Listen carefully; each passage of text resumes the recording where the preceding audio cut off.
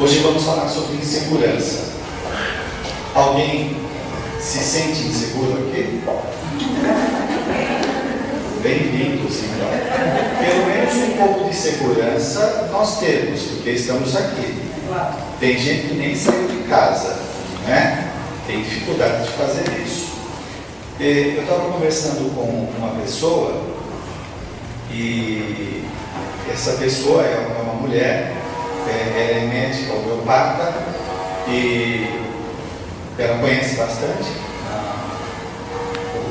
a área técnica dela, mas quando ela está passando alguma receita, ela fica escutando uma voz na cabeça, questionando se ela está fazendo certo ou não, se aquilo pode trazer algum prejuízo para a pessoa ou não. Ela fica com receio de assinar a receita. É interessante, né? A pessoa tem um corpo de conhecimento técnico que lhe faculta o exercício da medicina. Por outro lado, tem uma parte dentro dela que não confia nela. Pode até confiar no conhecimento técnico, mas não confia nela como pessoa, quando está passando a receita. Então você veja aí a insegurança. É comum também, algumas vezes, uma pessoa falar das suas qualidades, da sua competência, da sua facilidade de fazer isso ou aquilo, e no fundo você não se sente dentro daquela imagem que a pessoa faz de você mesmo, né? Então, parece que tem algumas divisões dentro de nós que gera este conflito, gera essa discrepância. Pode ser que a pessoa tenha tido uma experiência atual que favoreça isso, como pode ser de vidas passadas, né? Muitos dos nossos transtornos ou dificuldades, conflitos, também procedem do passado. A encarnação atual, às vezes, tem a finalidade de firmar a personalidade, de resolver esses conflitos, e a pessoa tem uma boa formação ou uma boa experiência em determinada área, mas mesmo assim fica lá no seu interior aquela dúvida, a voz interna, o diálogo interior, né? Criticando, se opondo àquela competência que a pessoa tem. Bom, e aí essa insegurança pode se estender a várias áreas de nossa vida. Como que você identifica a sua insegurança? E é interessante, né? Porque é uma emoção. Não dá na hora da situação simplesmente para pensar diferente daquela emoção e superar a situação. Depende. Pode ser que o indivíduo já tenha passado por muitas experiências, então ele amadureceu e aquela insegurança vai se dissolvendo, né? Mas, de modo geral, é como se o indivíduo ficasse possuído, na linguagem do Jung, o indivíduo está possuído por um complexo, por um conjunto de emoções, e ele se vê engolfado naquilo lá, parece que não tem saída. E é interessante, na hora a pessoa raciocina, mas eu tenho uma experiência, por exemplo, fazer uma entrevista. Caramba, mas eu tenho experiência, eu já passei por outras experiências, por outras entrevistas. Chega na hora e o indivíduo fica muito ansioso, gagueja, não sai nada, não lembra. Conversei com uma pessoa essa semana, que ele está se formando em engenharia, e ele é muito bom em matemática, e ele chegou lá para falar com o diretor fez algumas perguntas sobre matemática, ele falou, esqueci tudo. E eu sabia, eu estudei para uma prova. Então veja como nós somos traídos por nossas emoções, né?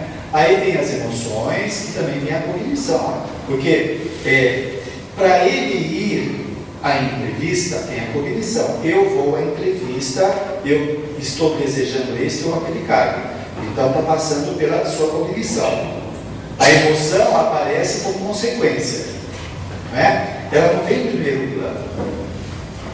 Quando ele pensa sobre a entrevista, isso sim dispara o gatilho da emoção, né? Agora, essa emoção poderia ser muito positiva, ter uma confiança muito grande. Ao pensar na entrevista, ele já se sente seguro, vou tirar isso de letra, porque eu tenho experiência nessa área. Bom, cada um de nós aqui temos as nossas experiências, né? Como a insegurança tem mexido na sua vida. O quanto a insegurança tem impedido a pessoa de deslanchar, decolar na sua existência e também de completar ou de realizar a sua própria reencarnação, a programação reencarnatória, né? Será que você não está muito aquém do que poderia estar? E quando nós estamos possessos por essa insegurança, por essa emoção, nós podemos justificar que a situação que nós estamos basta. Aí vem as desculpas justificativas, né? Então, os sonhos que a pessoa tem são deixados de lado porque ela entra com um mecanismo de defesa. Ah, não, isso não é tão importante para mim. Eu não tenho esses sonhos, eu não penso nessa promoção, eu não quero fazer essa ou aquela viagem. Tudo como defesa. E às vezes parece tão racional, tão lógico. O indivíduo justifica para ele. E às vezes essa justificativa traz um conforto, né? O conforto de não ter que enfrentar aquela situação. Ah, não, eu não quero essa promoção. E, né, se eu for ser gerente, tem um monte de briga, pessoas que vão olhar para mim torto, não sei o que lá. Eu prefiro ficar aqui, é mais confortável. Então, só de não enfrentar essa situação já traz um certo sossego, um sossego psicológico, assim, né? Doentio, e ele se compraz com aquilo lá. Bem, nós vamos estudar aqui a insegurança baseados na João de Ângeles e no Hamed, um livro chamado As Dores da Alma. Ele vai falar que as bases de muitas decisões diante da vida se devem à educação autoritária dada pelos nossos pais.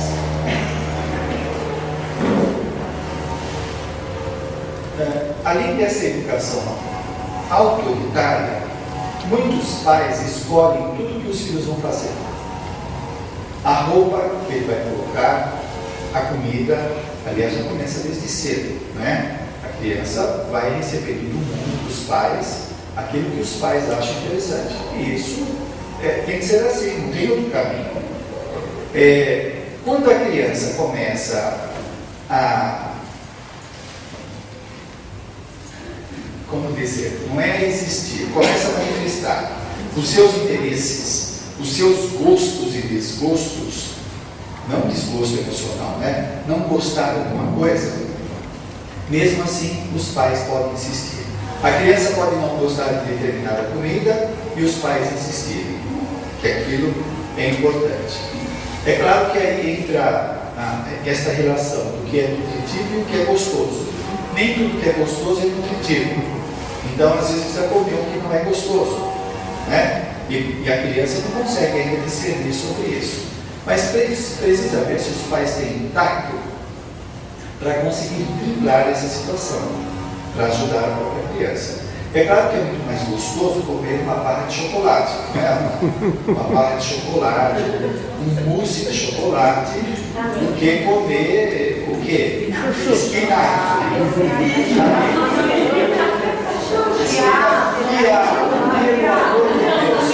Só no planeta de provas e expiações que tem aquele outro trabalho, só no planeta de provas e expiação que é possível, né? Então é diferente do chocolate, sem dúvida nenhuma. E a criança, como será que ela processa isso? De repente alguém está colocando coisa amarga na boca dela, come, isso é bom para você.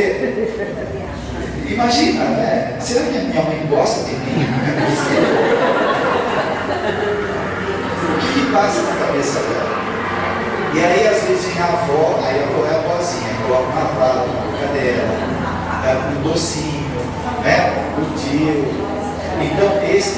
passam a ser vistos como as pessoas legais. E a mãe é chata. E na verdade é o contrário, né? Bom, então quando a criança começa a se desenvolver, tem que prestar atenção também nas escolhas dela. Pode ser que precise de correção, um ajuste, ou não. De repente o filho veio para te ensinar. E se esse espírito reencarnou para dar uma geral na família? Né? Dar uma geral em termos de melhora, mudar tudo, melhorar. E às vezes os pais são muito rigorosos, tradicionalistas, rígidos, e não aceitam, e tentam encaixar o filho dentro da forma que eles foram criados. Aí é terrível, né? Mas se o espírito tem um gabarito evolutivo, provavelmente ele não vai se encaixar nessa neura. Ele vai conseguir lidar com toda essa questão. Agora, olha, quando a gente fala de criança, talvez elas venham trazer para nós também a questão da flexibilidade. O quanto temos que ser flexíveis, né? Sair da rigidez. Porque o tempo vai deixando a gente meio rígido, meio fechado, os costumes, uma série de coisas, tradições. Então, essa troca constante na Terra, o pessoal que vai ficando velho vai indo embora, os novos vão chegando, isso parece que vai oxigenando tudo. Então a gente tem que aprender com isso também, né? Bom, crianças crescem deixando parentes, companheiros ou professores decidirem por elas, sem levar em conta seus gostos e preferências. E muitos pais, bem didaticamente, né, assim, com profundo conhecimento, em jornal nacional, em ratinho, falam para a criança: criança não pensa, criança não tem que escolher, né? Uma didática assim fantástica. Então, o que a criança, o que passa na cabeça dela, né? Se a criança já é um ser fragilizado, ele vai entender isso como negação da personalidade dele. Então eu não devo pensar, porque pensar é errado, né? Imagina também, se eu faço alguma coisa errada e a minha mãe chora ou grita, o que passa na cabeça da criança? Eu sou responsável. Só que ele não pensa como responsável, ele pensa como culpa, né? Eu sou culpado disso. Eu sou culpado por minha mãe sofrer, meu pai, etc. A briga dos dois. E aí os pais entram nessa mesmo, eles não deixam barato, eles descarregam tudo em cima da criança, brigam na frente deles, e aí esse passa a ser o modelo que ela começa a ter. Bom, você veja que até hoje tem pessoas que precisam decidir para eles o que fazer, os adultos, né? Como eles não foram treinados, eles não desenvolveram essa capacidade de decidir lá na infância, adolescência, hoje eles estão despreparados para isso. Então são adultos que não sabem escolher, decidir as questões da sua vida. O que precisa ser feito? Treinamento. Precisa treinar novamente para a pessoa adquirir essa habilidade. Bom, essas pessoas mais tarde então vão se tornar pessoas inseguras. Vão ter dificuldade de enfrentar as questões da vida. E aí você imagina como isso fica assustador dentro da pessoa. Porque é muito confortável quando tem alguém para decidir. Não é? Lá na infância, quando a criança se machucava, isso quando os pais são acolhedores, é claro. Quando a criança se machucava, estava em dúvida, tinha medo, vai dormir com o quarto escuro, escuta um barulho e tem alguém que acolhe, isso é muito bom, é gostoso, né? Causa um conforto na criança, uma segurança. Ela sabe que pode contar. Agora imagina a criança que passa por esses tormentos e sabe que toda vez que vai buscar colo, ela é maltratada, xingada. Como que fica a cabeça dela? Então é o tormento entre enfrentar aquilo que está acontecendo, o medo do escuro, o barulho, o bicho-papão, ou enfrentar o bicho-papão, mãe ou pai. Qual que é pior? Né? Agora tem aqueles pais não acolhedores positivos que vão gerar nela e até vão ser catalisadores para eles despertarem a própria segurança, a própria confiança. as próprias respostas que ela está precisando naquele momento difícil. Então aí vem uma atitude construtiva, onde eles estão ajudando a criança a raciocinar, a pensar. Espera, não tem problema, o quarto escuro não vai aparecer nada. Ou, se apareceu, alguém vai negar, né? Mas eu vi um homem, uma mulher. Eles são espíritos, eles não podem te fazer nada. Ou dar uma orientação assim. Se for muito feio, até a gente sai correndo. Então vamos embora, vamos para a casa de alguém. Não é isso. Mas dá uma orientação real. Ontem uma pessoa ligou na rádio falando que a neta tinha visões. Tinha retrocognições. Lembrava, a neta com 3 anos, parece que ela tinha 6, mas com 3 ela já lembrava de algumas coisas. Com 6 anos ela falou para a avó que na vida passada a mãe dela era filha dela. E que ela era bebê, estava no colo dela, da menininha, que era a mãe no passado, dá para entender? Deixou a criança cair no chão e parece que morreu. Com 6 anos ela teve essa retrocognição. E aí a avó dizia, você acha que eu devo dizer que é fantasia dela? Não, se ela está lembrando, é retrocognição. Fale que é lembrança de vida passada, que agora elas estão juntas para melhorar a relação, para uma ajudar a outra, né? É natural, não pode falar que é uma fantasia, porque se o espírito está tendo retrocognição, é porque a espiritualidade já viu que a pessoa precisa dessa lembrança, né? É útil para alguma coisa, e ela já deve ter alguma maturidade para essa questão. É muito legal, muito legal. E olha que vem mesmo para mudar muitas coisas, né? Uma criança mobiliza toda a família. Eu conto no caso do Jorge Andréia, que uma vez eu assisti uma palestra dele, ele é psiquiatra espírita. Ele disse que quando nasceu um dos filhos dele, esse filho em casa mandava em tudo. Dizia o que queria comer, roupa, tudo, que os pais tinham que fazer ou não. E o Jorge Andréia ficou sabendo que o filho dele era um general da Segunda Guerra Mundial. Por isso que ele era mandão. Aí ele pegou o filho, pôs no colo e falou, olha aqui, general, quem manda aqui sou eu. Agora você vai obedecer. E aí começou a colocar o filho na linha. E é isso que tem que fazer. Imagina que esse filho que está nascendo na sua família, ou a pessoa que você está encontrando, o seu namorado, sua namorada, seu sogro, sua sogra, eles fazem parte dessa trama reencarnatória. Naquele livro, Reencarnação Divina Bênção, que eu sempre cito, a programação do personagem desse livro, que demorou 26 anos, tinham 50 pessoas envolvidas no grupo familiar dele. Pessoas amistosas e inamistosas. Tem que trabalhar com todo esse pessoal. Então, pessoas que têm um vínculo conosco aparecem, não é gratuitamente. Então tem que ver o que nós temos que fazer. É um olhar diferente, né? E não simplesmente só querer empurrar a pessoa, excluir da família. Bem, o direito de decidir deve ser estimulado sempre desde a infância. Sempre. Decidir. Que tal a mãe falar para a criança, qual roupa que você quer? Escolhe. Não seria legal? Mas a mãe quer combinar com a roupa dela, né? Ou aquilo que a mãe acha interessante. E nem sempre é o que a criança. Se não for uma coisa aberrante, né? Aí tem que avaliar.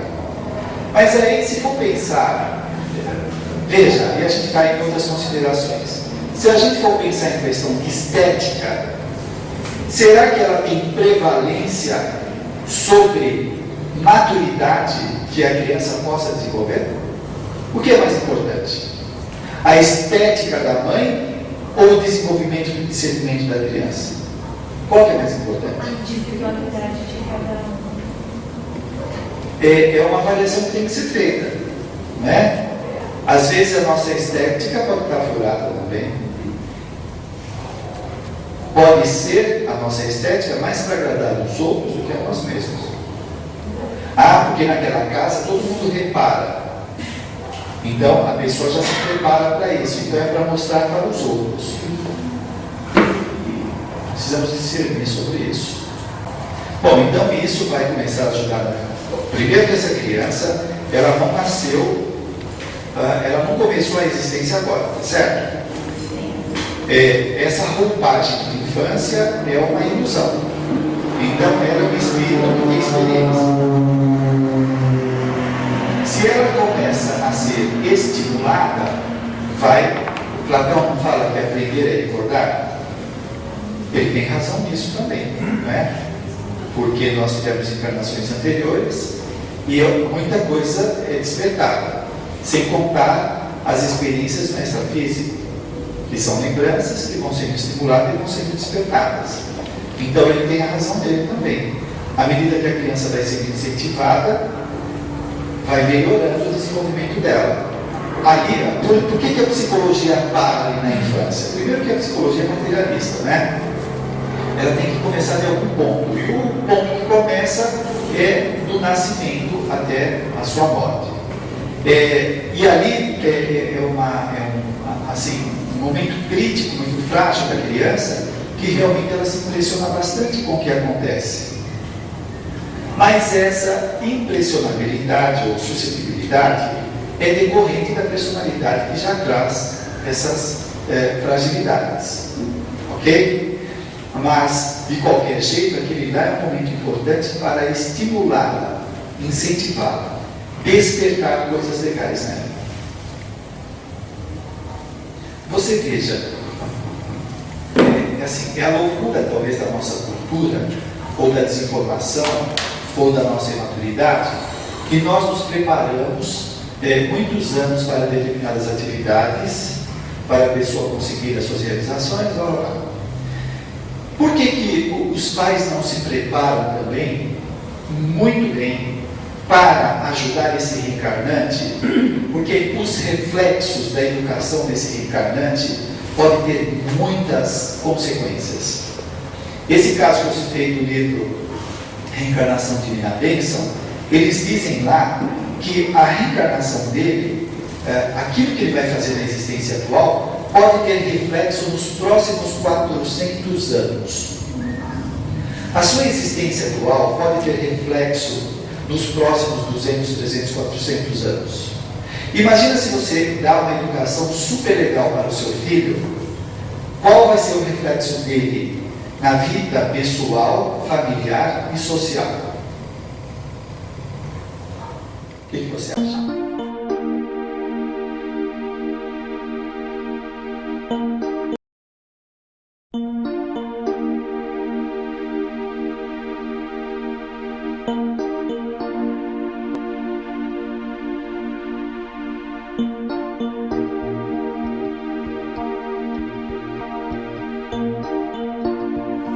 Mas tem gente que poderia dar muito mais, mas não se esforça, não é?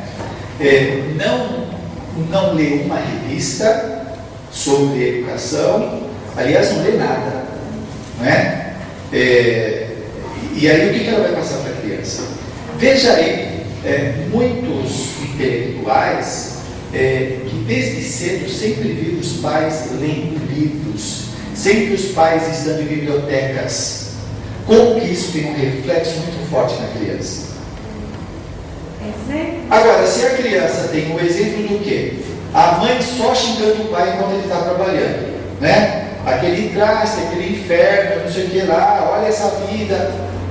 Ela vai guardando. Ou o pai, que também fica reclamando do emprego, por exemplo. Assiste a televisão reclamando de tudo. Este é o exemplo, é o modelo que vai entrando na cabeça dele, que vai colaborando. Então, esta falta de visão reencarnatória, de ser uma pessoa proativa, de estar comprometida com a evolução, é outra coisa, muda tudo. Então, vai dar uma base na educação da criança muito forte. Agora, é claro que a criança pode estar comprometida e não assimilar tudo, mas você fez a sua parte. Você fez a sua parte. E quando você faz o seu melhor, não esqueça que você está melhorando a sua personalidade. Se você vai ler livros sobre educação infantil, sobre enfim, família, etc., você está melhorando os seus conhecimentos e comportamentos. Você vai amadurecendo, você vai se tornando uma pessoa melhor, desperta, mais lúcida, sabendo o que precisa fazer na vida, ou não. E provavelmente esse conhecimento, essa disposição, vai atrair que tipo de espíritos ignorantes perto de você? Provavelmente não, não é? E será que essas energias que vamos irradiar, esse interesse, não vai refletir no nosso meio social? Pois não.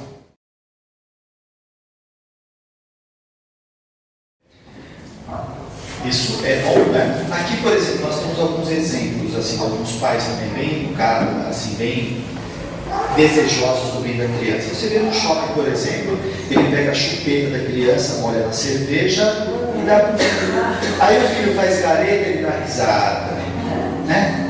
Parece uma criança mais infantil do que a própria criança. E por aí afora, né? Outro dia eu recebi um e-mail essa semana falando do super pai, dos super pais, mostrando esses comportamentos absurdos com relação à criança. É uma coisa, isso acontece em todo o planeta, não é só no Brasil, é claro, mas a gente tem que ir eliminando essas coisas e vendo o que é melhor. Se Jesus propõe que nós façamos para o outro o que queremos para nós, por que não fazer isso com a criança?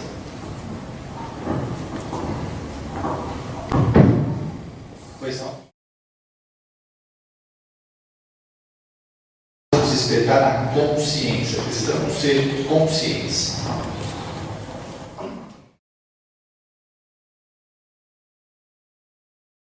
É isso aí. Mais uma pergunta? É isso aí. Essa coerência nós temos que aprender a exercitar, não é? Olha, tudo que nós estamos colocando na cabeça vai servir de sugestões, roteiro, vai impregnar a personalidade. Então, se o indivíduo ele se permite assistir programas que trazem um monte de conteúdo desnecessário e nocivo, isso vai encher a cabeça da pessoa. Aí alguém pode refutar e falar, mas agora tem que ser santinho? Não é ser santinho, é ser saudável, só isso. Então, se você enche a cabeça de coisas que geram medo em você, ou geram preocupação, geram atrito, por exemplo, de repente você está de briga com a sua mulher, com o seu marido. Aí você assiste um filme que fala dessa questão e que um começa a acusar o outro. Tá vendo? Olha aí, é você. Então as pessoas estão buscando meios de se machucar. Né? Se a ferida ainda não está cicatrizada, espera. E por aí afora, tudo aquilo que é nocivo para nós, você veja, quando se fala de consciência encarnatória, ainda nós não temos. Porque nós não sabemos escolher, discriminar. A gestalterapia fala muito do indivíduo ter capacidade de discriminar o que é bom para ele. Discriminar. O indivíduo não consegue discriminar entre uma coisa e outra. Então, se eu sei que aquilo vai me causar um mal, vai me trazer angústia, medo, insegurança, raiva, se eu vou somatizar, por que eu permaneço com aquilo? Do ponto de vista físico, nós já aprendemos um pouco. Se você vai num restaurante, você come uma comida que faz mal no estômago, no dia seguinte você vai comer ela de novo? Não. Muito bem. Quero crer que a nossa inteligência fala, chega, ontem eu lembrei dessa comida o dia todo, não quero mais lembrar. E por que nós não fazemos isso nessas escolhas comportamentais? Não é? Quando nós nos permitimos às vezes ficar em situações muito tóxicas, até em relacionamentos, até contato com pessoas, aquela coisa tóxica que queima, que faz o indivíduo sofrer, tem que ser avaliado. Bem, do ponto de vista emocional, as heranças que jazem no espírito, que estão lá dentro do espírito, são responsáveis pelo seu crescimento. Surgem e ressurgem em forma de angústias e alegrias, que se sucedem umas às outras até o momento da libertação. E aí, lembra um pouco da ficha kármica que nós temos falado. Isso que jaz no nosso interior, o que que é? O que que é isso que está dentro de nós?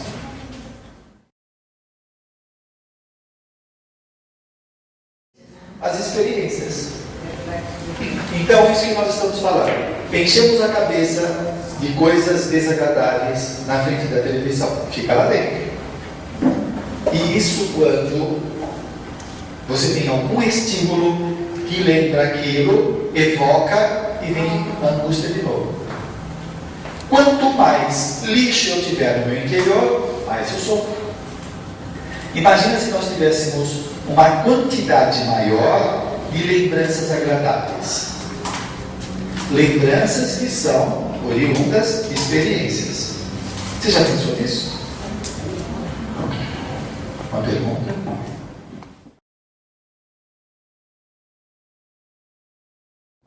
Agora, você imagina como as trevas esfregam a mão com tudo isso, né? Para eles é ótimo, né? Então, a mídia quer isso. Sim.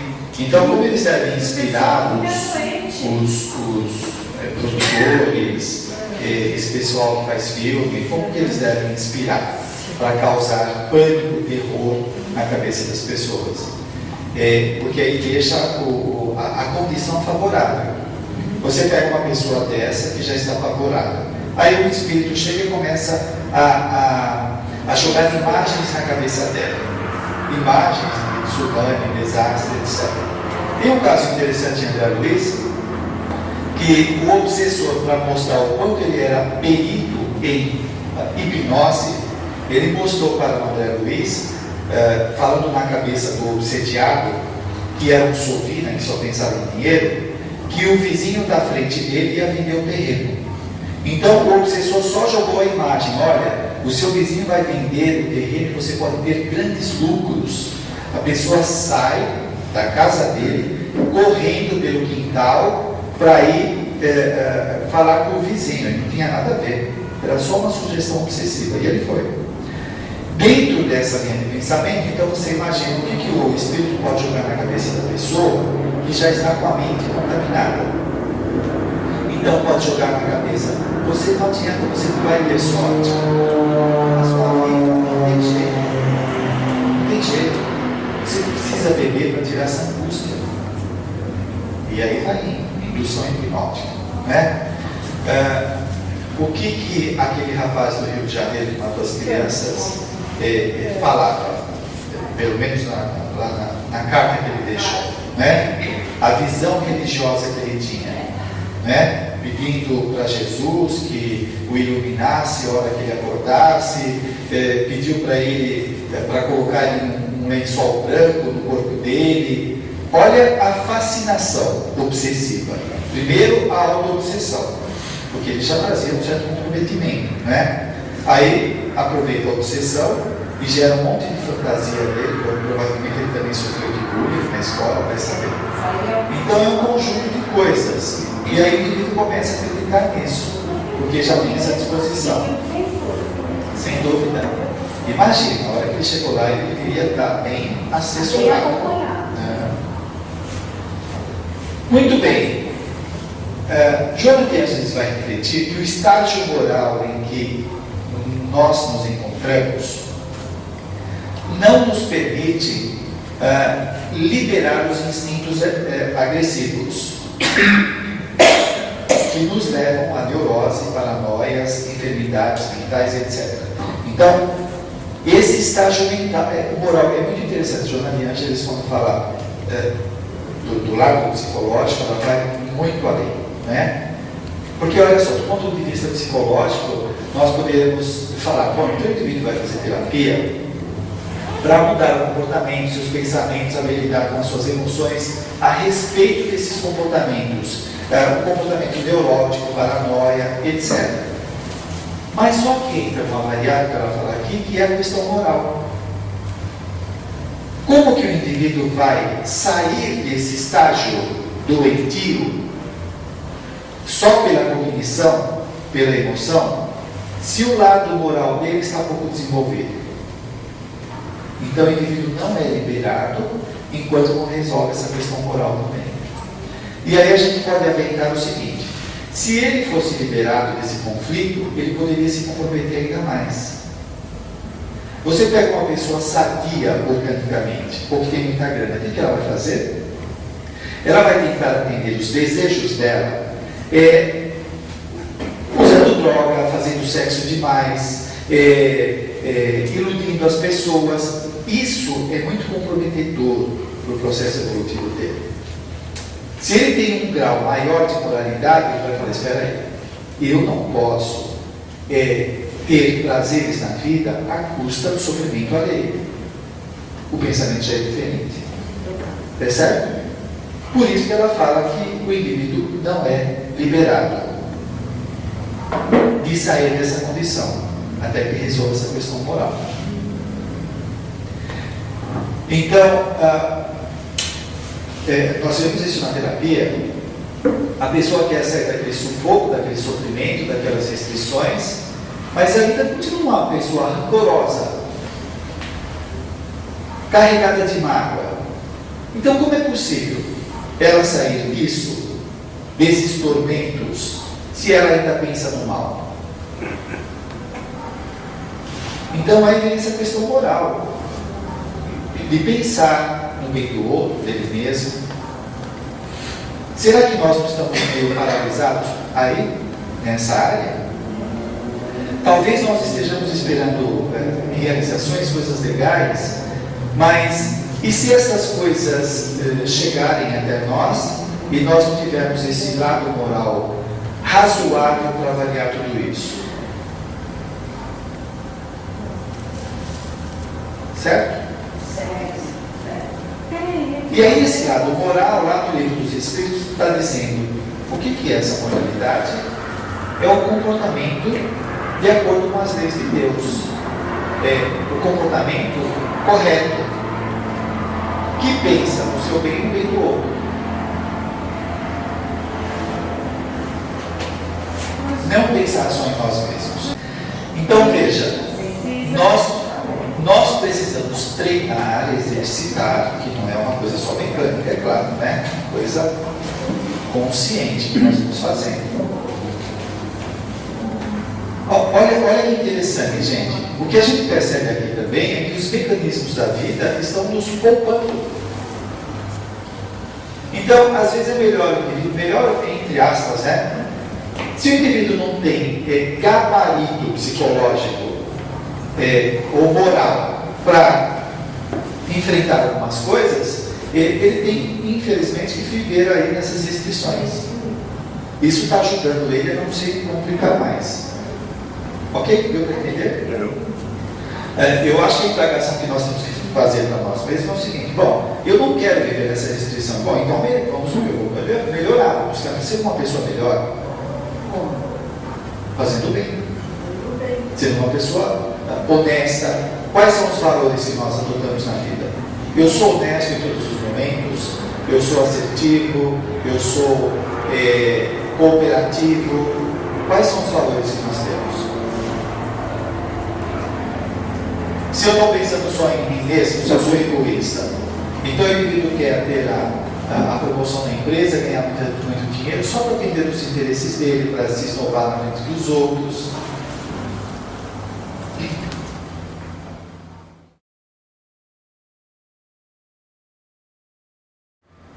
Bom, o Hitler também poderia se achar certo, mas muita gente foi com ele. então, aí tem uma alucinação coletiva, tem as tendências das pessoas.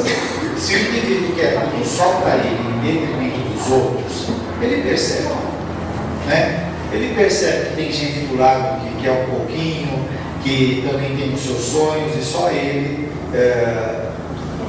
quer aquilo lá. O indivíduo ele tem um pouco de desenvolvimento para perceber isso. Mas o que? Foi agora. Como que não tinha? Poxa! Não, mas as pessoas tinham conhecimento, não tinha universidade naquela época. Como não? Cristo esteve daqui a 2000 anos. Buda esteve há 2500 anos. Então, Nós temos esse conhecimento.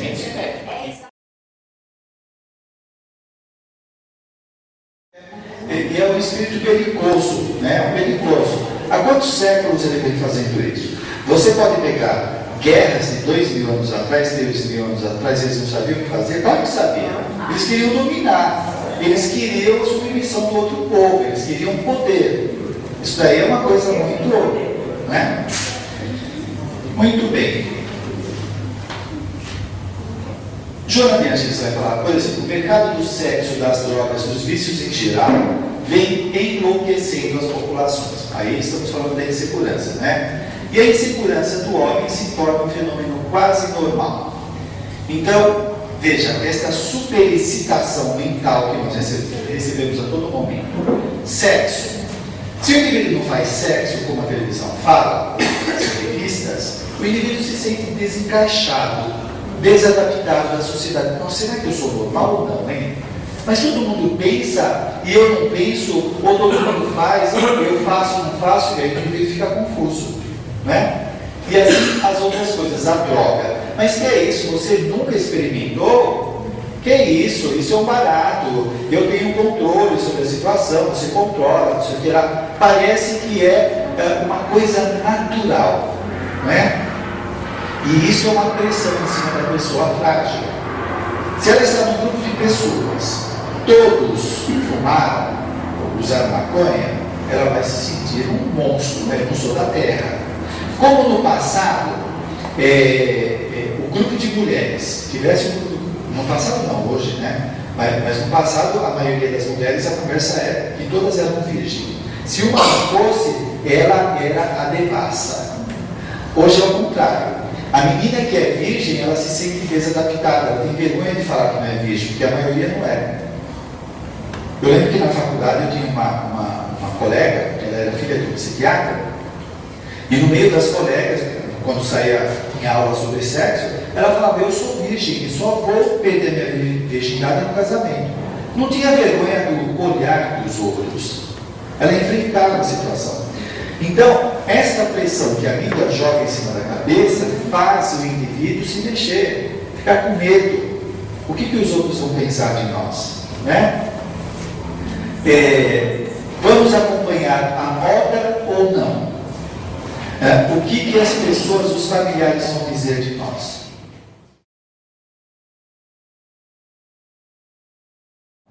Não, minha cantora que faz a propaganda da cerveja, ela tem uma frase no final nesse sentido, né? Quem não é devassa, alguma coisa assim.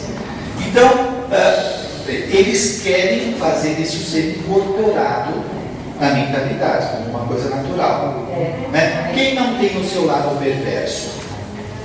Então isso autoriza o indivíduo a ser perverso? Agora, o que o dinheiro faz com a pessoa? Né? Quando você pega um jogador de futebol, um treinador de futebol, que está ligado ao esporte, falando de cerveja, o dinheiro acaba com a coerência da pessoa. Acaba. Então mostra que atrás do esporte está mais os interesses pessoais. Agora, alguém pode contestar e dizer, se você fosse receber essa proposta, receber tantos milhões, não sei lá, está cheio de mulher bonita que não possa nua por causa do dinheiro. O valor predomina nessa pessoa. Você pega a Rádio Boa Nova, TV Mundo Maior, que não aceita a propaganda de cerveja, de cigarro, coisas que tragam algum malefício para a pessoa. É uma questão de coerência. Por isso, ela não tem uma grande divulgação, um alcance, grandes tecnologias, mas tem uma grande coerência. Né? Agora, veja, instituições também estão inscritas na lei de ação e reação.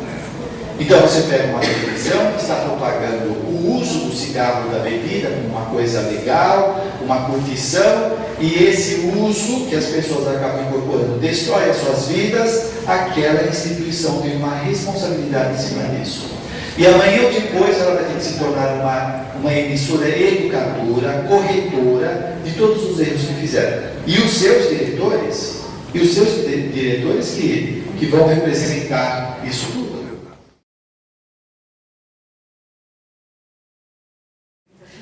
Busca ser coerente, né? Busca ser coerente.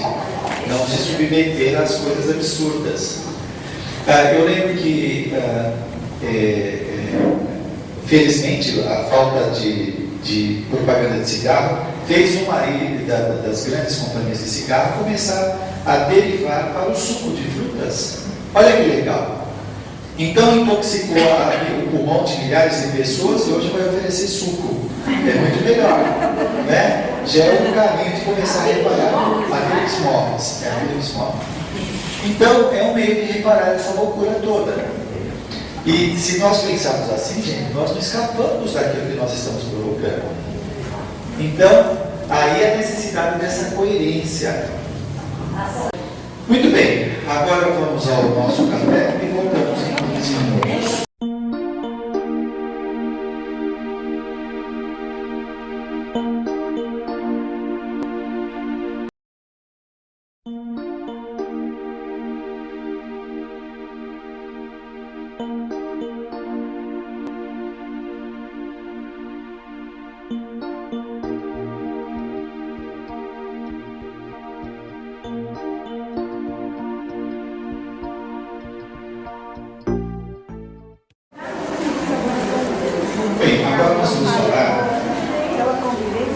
E algumas características psicológicas da insegurança,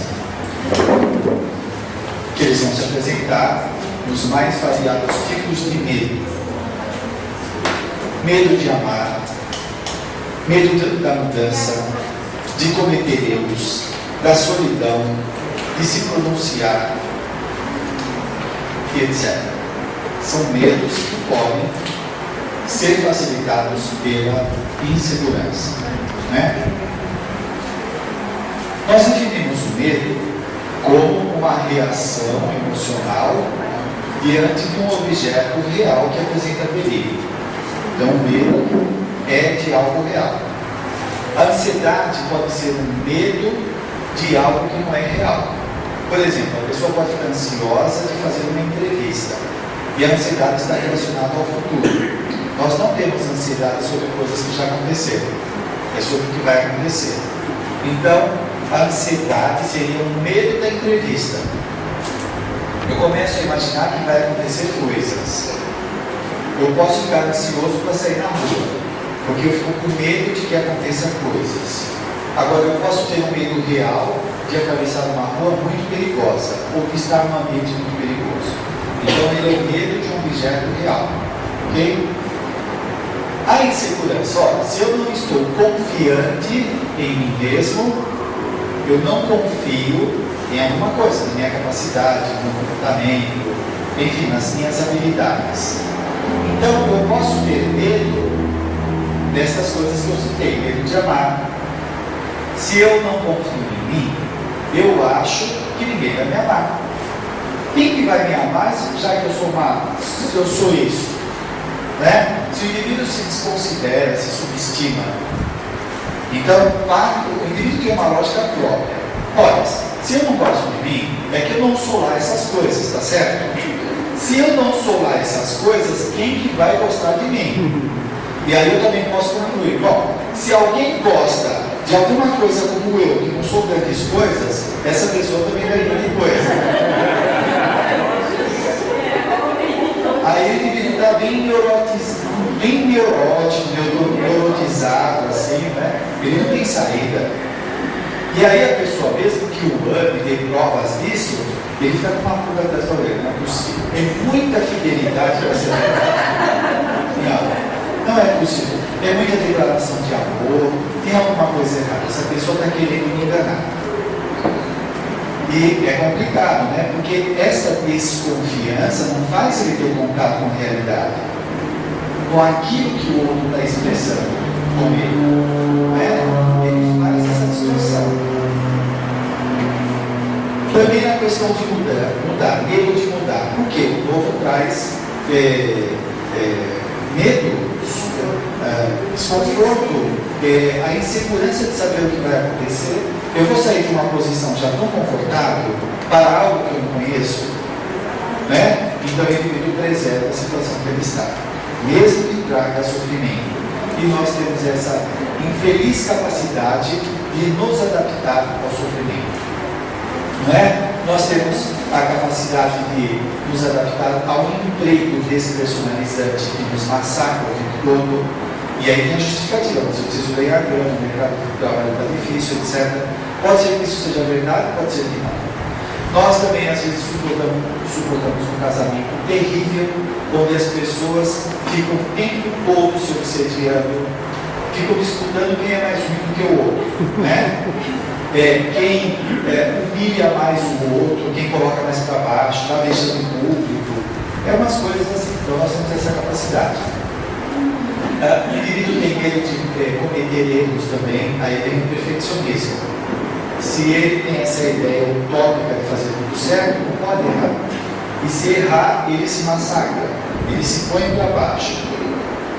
E isso é terrível, porque nós aprendemos através da tentativa e erro ainda, né? Medo da solidão, é claro. Porque essas questões, elas também não se encerram em si mesmas. Não é só essa experiência que gera esse desconforto. Como nós somos seres históricos, nós já tivemos milhares de existências, nós temos experiências registradas dentro de nós, que quando passamos uma experiência agora, que tem alguma semelhança com aquela experiência do passado, aquelas emoções podem aflorar. Ou seja, se eu já passei no passado por uma solidão terrível, quando hoje eu tenho uma ameaça de solidão, eu posso evocar aquelas emoções do passado e vir aquela possessão que eu falei, que o Jung fala. Eu fico possuído por essa emoção, né? Ou o medo de amar, se houve uma traição, se houve uma decepção, então fica registrado aquilo dentro de mim. Eu começo a ter medo de que isso aconteça de novo. Às vezes eu me preservo nem querendo mais me relacionar. O indivíduo fala, não quero mais sofrer. Só que sofre, né? Porque não tem. E por aí e tantos outros características aqui que nós citamos. O inseguro não confia no seu valor pessoal. Ele desacredita nas suas habilidades, desconfia das suas possibilidades de enfrentar as ocorrências da vida. E isso vai impulsionar a pessoa a se apoiar nos outros. É claro, né? Se eu não sou lá essas coisas, eu não confio, eu tenho que pegar alguém que seja seguro. E aí a gente fantasia. Às vezes o indivíduo pega o outro que é mais inseguro do que ele. Só que o outro compensa a insegurança com arrogância ou com uma suposta força. Então é uma pessoa que grita, espuma, fala, mas que é insegura. E aí o indivíduo se apoia naquele doente. Aí fica dois doentes. Bom, o indivíduo não confia no valor pessoal.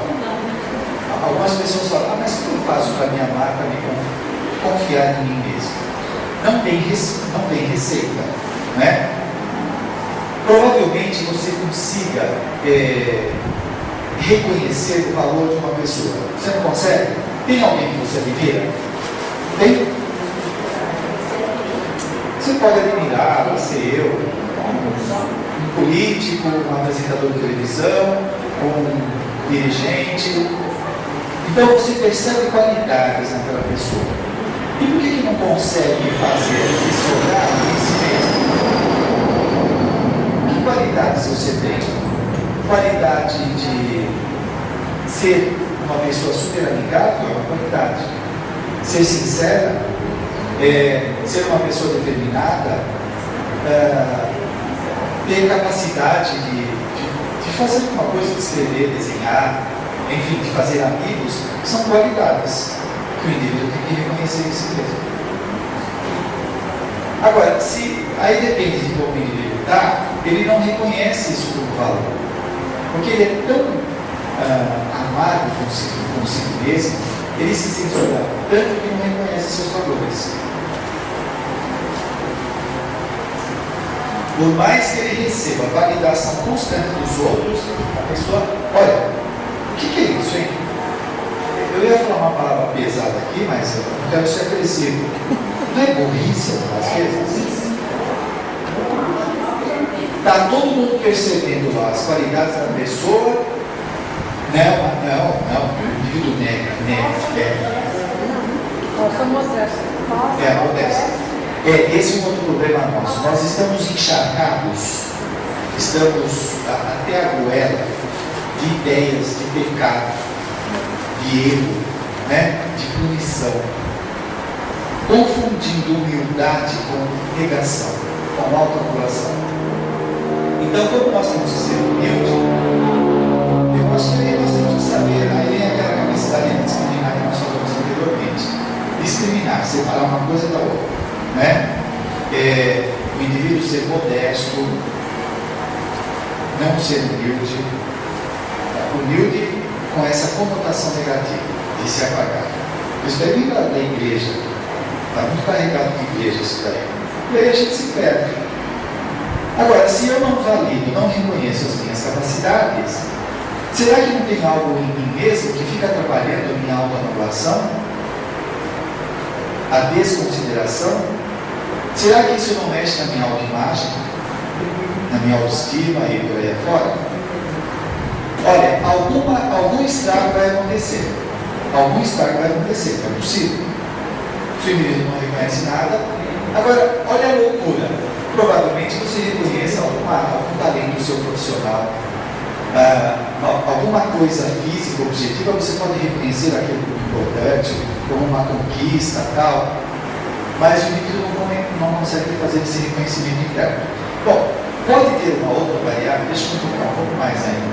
Pode ter uma outra variável que, numa dessas vias anteriores, tenha uma culpa não resolvida, ou um conflito não resolvido, que ele fica irradiando as suas informações, bombardeando o nosso consciente.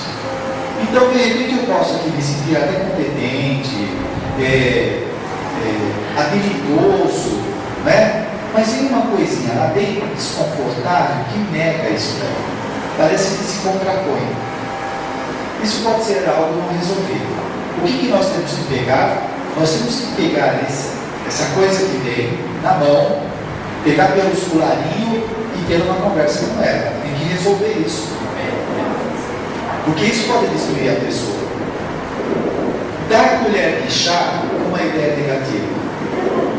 Ou por uma emoção. Dar colher de chá. Vai dando um ano para a coisa, para ver o que acontece. Então, será que não tem que pegar isso pelo colarinho? Mas espera aí. De onde vem isso? Veio do passado. Eu não dá para mim voltar no passado. Mas eu posso mudar isso no presente. Eu vou me convencer, eu vou dialogar comigo mesmo, que eu não sou aquilo lá. Eu não vou fazer um convencimento artificial, que também não funciona. Tá certo? Não funciona. Então tem que ser uma coisa coerente. Uma pergunta?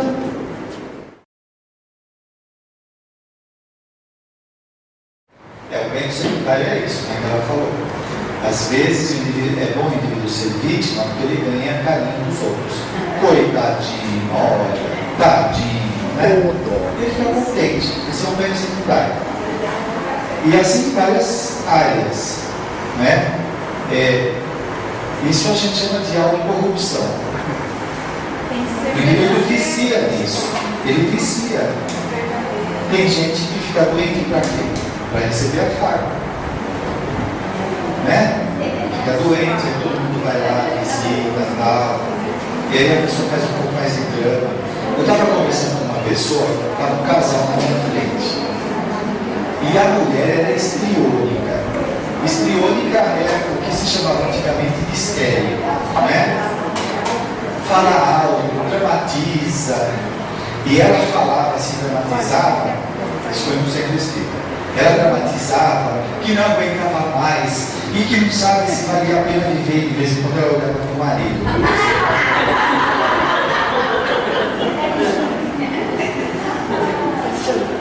Então ela fazia a coisa calculadamente. diferente, né? Ela tinha um objetivo.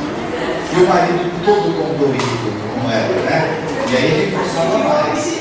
Ela atingiu o objetivo.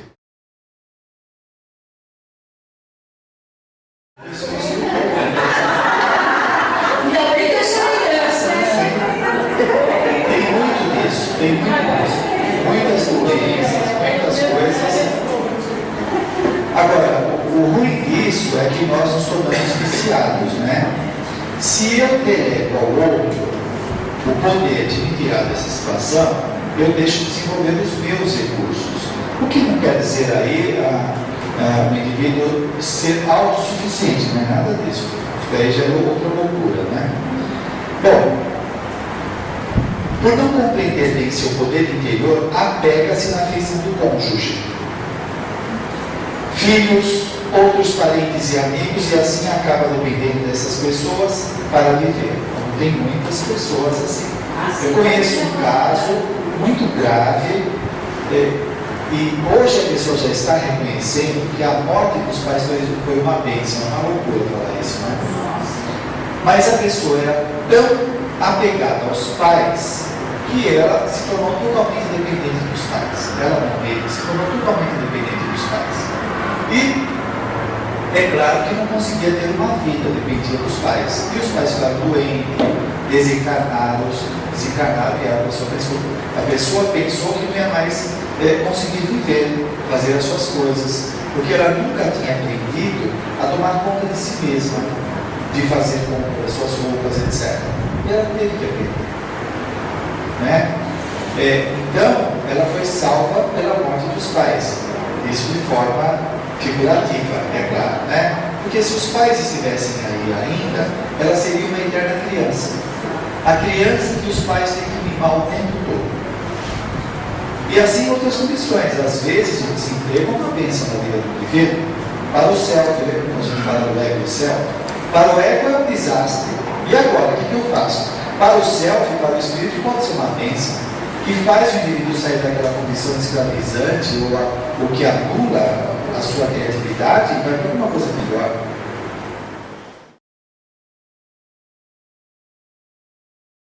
Sem dúvida. Legal que você enfrentou a situação, né? Você poderia enfrentar a situação ficando depressiva, né? Não quero mais viver, chega. A vida não é do jeito que eu quero, chega. Muito bem.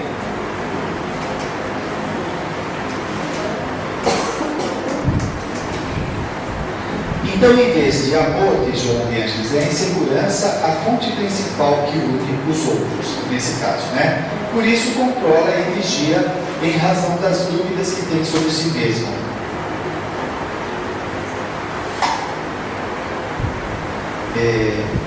Qual a qualidade desse relacionamento de dependência? É amor? Não é amor, né? Então estão unidos pela insegurança, pelos medos.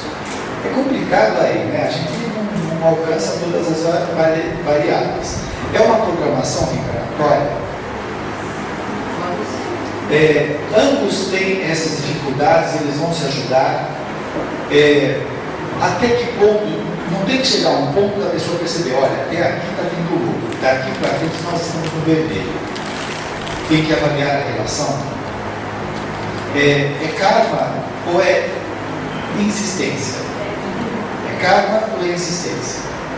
Nós temos que avaliar, né? Se nós estamos aqui para crescer e a gente sai pior do que quando entrou, tem alguma coisa errada? Uma coisa.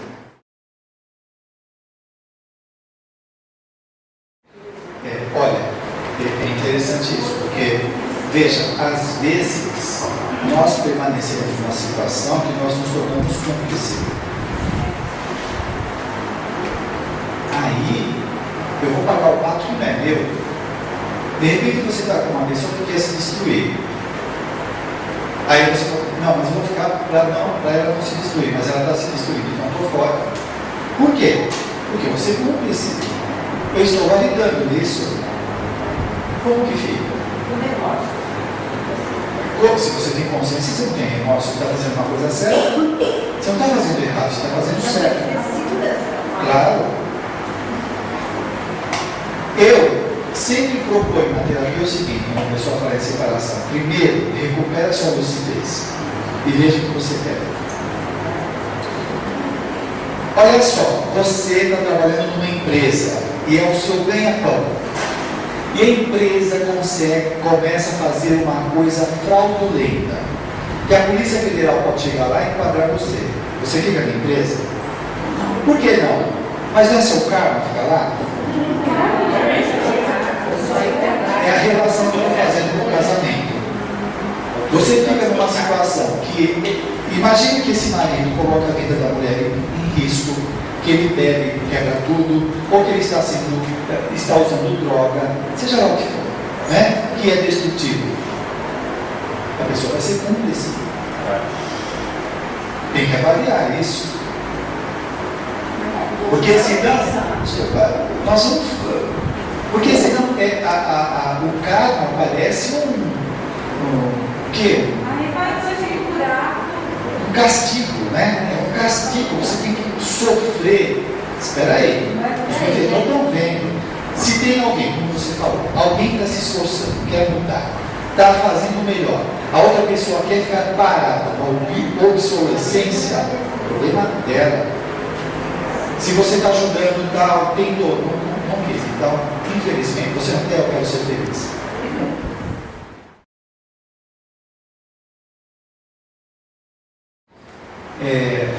Eu acho que nós estamos tão contaminados de pecado e punição, e o karma entrou nesse bojo, né, que está mais ou menos igual para nós. E nós perdemos a capacidade de avaliar a nossa sanidade, rigidez, a nossa saúde, tudo isso, nós perdemos a capacidade. Eu acho que a gente tem que avaliar bem. Os benfeitores sugerem de tolerar o casamento e tal, mas tem um limite. Né? E assim em várias áreas.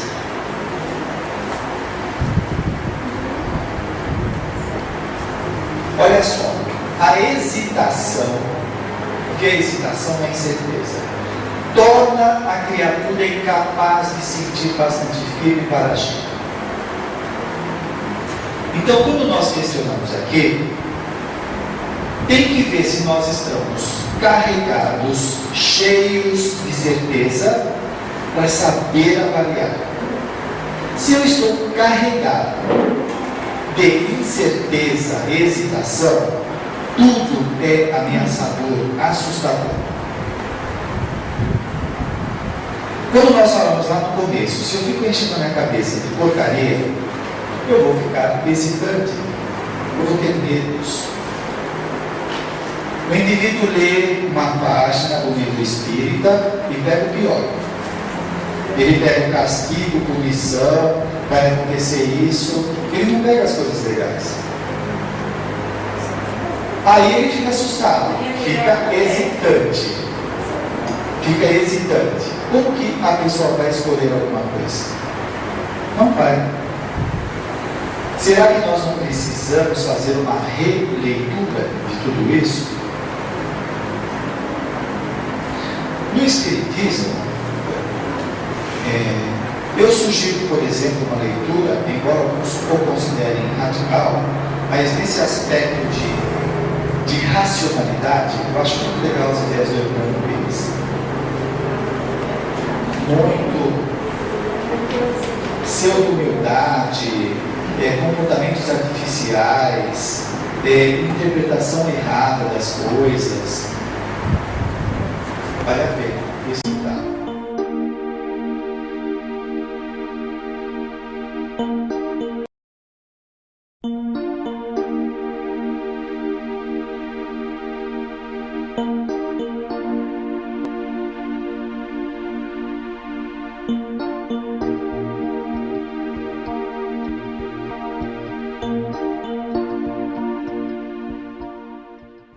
Nunca possui certeza suficiente e quer sempre mais se certificar das coisas. É excessivamente cauteloso e vigilante. Excessivamente. E isso estraga, né? está em constante sobreaviso e desconfiança de tudo e de todos. Isso aqui tem cheiro de Idade Média, né? Onde todo mundo ficava apavorado de ser acusado para a Inquisição, de estar cometendo pecado, onde existia demônios em todos os lugares, tinha que ficar precavido. Nós ainda estamos carregados nisso. O Espiritismo vem se propor a arrancar isso da gente, mas nós somos firmes, nós somos fiéis, no medo, no pecado. Os inseguros não são assertivos. Assertivo é aquela pessoa afirmativa. Em outras palavras, não se expressam de modo direto, claro e honesto. Omitem defesa a seus direitos pessoais por medo e evitam encontros ou situações em que precisam expor suas crenças, sentimentos e ideias. Então fica sempre em cima do muro, né? Dá um jeitinho de não falar nada, de negar, etc. A pessoa é insegura. Muitas vezes chegamos ao extremo de abdicar de nossos objetivos e vocações mais íntimas, colocando-nos em situações vexatórias por termos deixado que nossa porção fragilizada falasse mais alto. Você já pensou o prejuízo evolutivo disso? Prejuízo. Nós poderíamos ter um ganho, indo atrás da vocação, do talento, nos desenvolvendo, e não. Nós negamos, ficamos em cima do muro, deixamos que essa fragilidade se sobressaísse. O título de Senhor de si mesmo poderá definir bem a segurança e firmeza de Jesus Cristo. Suas palavras, seja porém o vosso falar sim, sim, não, não. Assertividade, né? E nós temos que aprender a desenvolver. O comportamento assertivo do mestre, em sua significativa liberdade de expressão, revelava franqueza em dizer o que pensava. Precisamos exercitar. Às vezes nós temos medo de machucar o outro, medo de crítica, e aí a gente fica em cima do muro, banho-maria, e não fala às vezes o que precisa, né? Também não precisa, mas não pode ser agressiva. Aí vem novamente o bom senso, porque tem gente que confunde, né? Quer quebrar o outro, coloca para baixo, pisa em cima. Eu só estou sendo assertivo. Está sendo desequilibrado, né? Eu quero crer que uma pessoa boa queira fazer o bem, não destruir o outro. Que mais? Segurança de olhar, ouvir e conviver com qualquer um. Independência de exprimir seus sentimentos com absoluta transparência. Essa preocupação que os outros vão pensar de nós é muito forte. Isso revela os conflitos interiores, né? Então nós temos medo de fazer um monte de coisas sociais, porque sempre tem alguém olhando. Então isso mostra a relação que há com a nossa imaturidade com o meio. Vai chegar um momento que não vai mais ter essa preocupação de olhar para o outro. Não vai mais assustar. Pois não.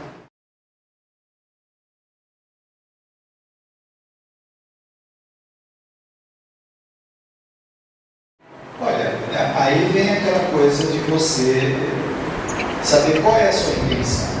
Que imagem que você quer passar? Às vezes pode ser até inconsciente. Vamos falar aqui de uma área afetiva, que é inconsciente. Até tem umas propagandas legais, né? De repente tem um cara lá com a barriga solta, desse tamanho, passa uma mulher bonita, ele encolhe, isso pode ser automático, é uma imagem que ele vai passar. Ele encolhe, né? A mulher de repente passa na frente de um homem bonito. Qual é a primeira coisa que ela faz? Cabelo. Mexe nos cabelos, né? Ela está mexendo na imagem dela. Percebe? Isso pode ser involuntário, já incorporou. Agora, tem coisas que são premeditadas. Você vai fazer uma entrevista, que imagem você chega? Você vai falar, olha, eu acordo todo dia tarde, vou dormir tarde, eu tenho um sono durante o dia que você não imagina. Não, né? Eu acordo cedo, eu leio todos os jornais, eu sei tudo o que está acontecendo, é uma imagem.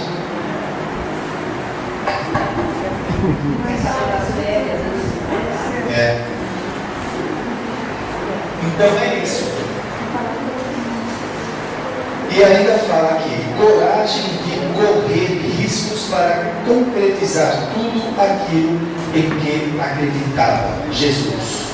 Será que nós corremos risco?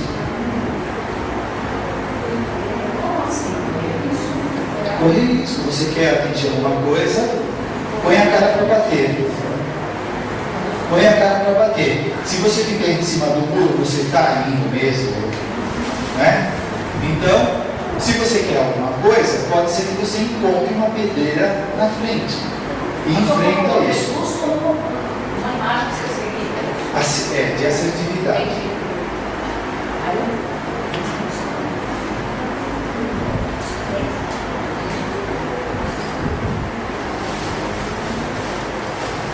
Bom, para avançarmos na vida de forma harmônica, temos que desenvolver a autoestima, a capacidade de admitir erros. Olha, tudo isso é importante. O orgulhoso vai admitir que tem erros? Não, ele é o máximo, é maravilhoso. Ou o perfeccionista, né? Eles são maravilhosos, só fazem coisas legais. Então, olha, voltamos àquela palavrinha pesada. Vai chegar um dia que nós vamos perceber, isso é burrice. Porque a pessoa fica congelada naquela imagem, orgulhoso, gostosão. E ele não se permite fazer correções, aceitar as sugestões dos outros e mudar e melhorar na sua vida, né? Autoestima, o indivíduo estimar a si mesmo, ter apreço por si mesmo. Algumas pessoas condicionam essa estima a sucesso. Mas como que eu vou gostar de mim? Estou desempregado. Mas eu com essas rugas, com esse cabelo branco, vou gostar de mim? Então ela condiciona. Ela tem que ter essas coisas para ela gostar um pouco de si mesma. Sofre um pouquinho, né? Até ela acordar e ver que ela tem valor como pessoa. Então, tem que ter essa estima por si mesma. Tem que melhorar isso. A responsabilidade de assumir nossos atos e, acima de tudo, a aceitação incondicional dos outros. Aceitação dos outros. O orgulhoso certamente não vai aceitar. O vaidoso, o egoísta, né? O outro é um tormento que vem atrapalhar os interesses da pessoa.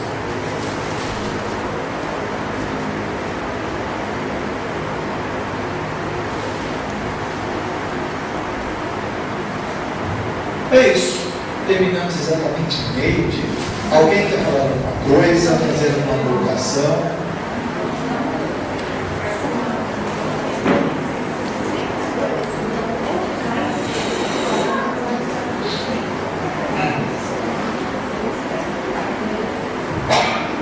E? Tudo bem, então? Receita.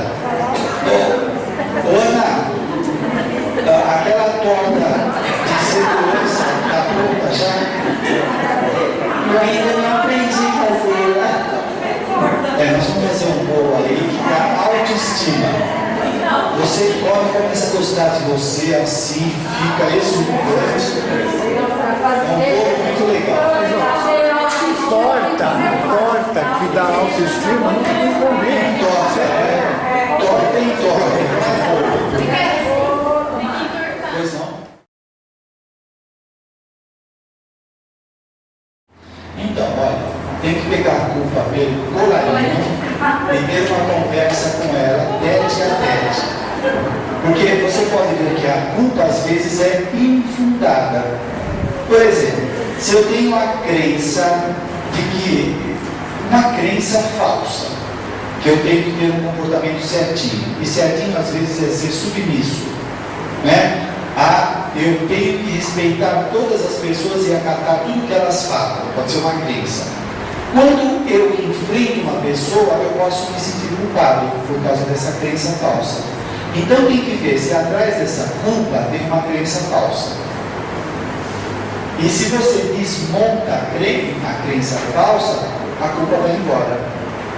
Por exemplo, vamos pegar uma que a gente vê muito em consultório e muita gente tem. Quantas pessoas têm culpa de fazer sexo? A pessoa faz sexo e tem culpa. Por quê? Traz um monte de crença errada do passado que isso é pecado e que vai levar ao inferno. É uma crença falsa, mas que faz a pessoa sofrer. Quantas pessoas têm culpa de ganhar dinheiro? Porque dinheiro é do demônio, né? Vai levar a pessoa a se perder. Você vai ver, essa crença é falsa. O dinheiro pode te trazer cultura, acesso a uma série de coisas. O sexo vai te trazer equilíbrio psicofísico, não vai trazer tormento. Percebe como você tem que ver o que está atrás aí dessa culpa? Pode ser uma culpa que você recebeu de um professor, de algum dos pais, e a gente acredita naquele lado. Não sei, eu não percebo essa relação. Talvez o indivíduo tenha, de repente, ele acorda e vê que o universo é maior do que o umbigo dele, né? Pode ser, mas eu não sei, eu acho que você tem mais instrumento.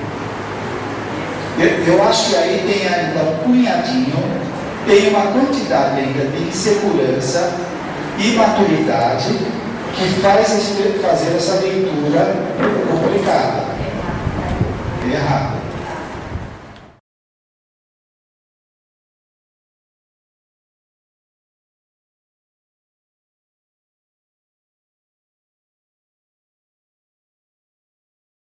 Sim, o orgulhoso, por exemplo, ele acha que domina tudo. Então ele não se abre ao aprendizado. Isso. Então ele, obviamente, tem que ser sensato e perceber que não domina tudo. Olha só, muitos de nós às vezes nos acabamos, porque lemos meia dúzia de livros espíritas, nós achamos que conhecemos tudo, né? O universo. Será? Eu acho que nós temos que avaliar.